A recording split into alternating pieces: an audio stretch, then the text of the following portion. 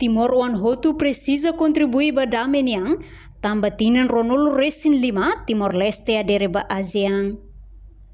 Presidente José Ramos Horta lihusi ninya discurso ia comemoração lorong proclamação unilateral independência badala hatnolo recensia e a região administrativa especial Ekusian Benu, quinta-feira lorong Ronolo Racing walu fulang novembro tinan rihun rua Ronolo Racing hat.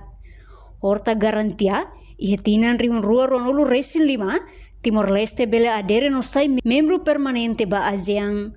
Tambane, husuba Timor Wan Hotu atau hamutuk for contribuição para paz e a raidoben Timor Leste.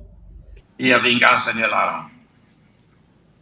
Nia sobrevivente, base apoio material, e nia sai nessa assassin, consequência não é mais o radicalismo ideológico que tinham.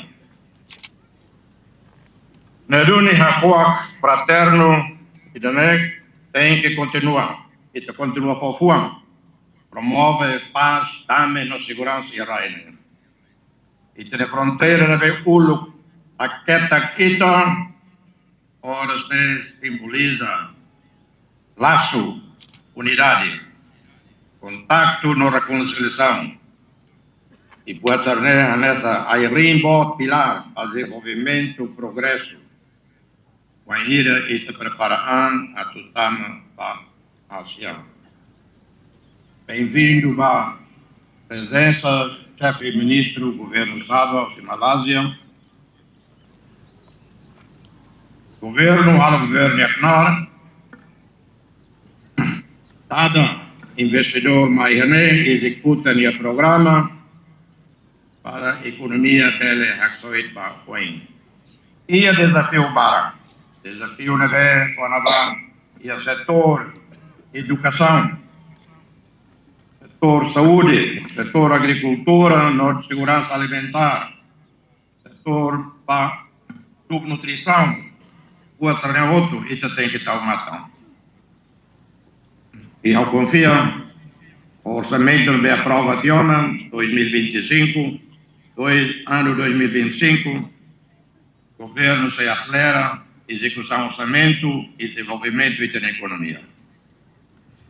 E no 2025, a espera está ASEAN está preparado on. E kusliu, nia husu do Timor Wan Hotu, hatudo exemplo diak bamudu, li husi fo contribuição ba meniang.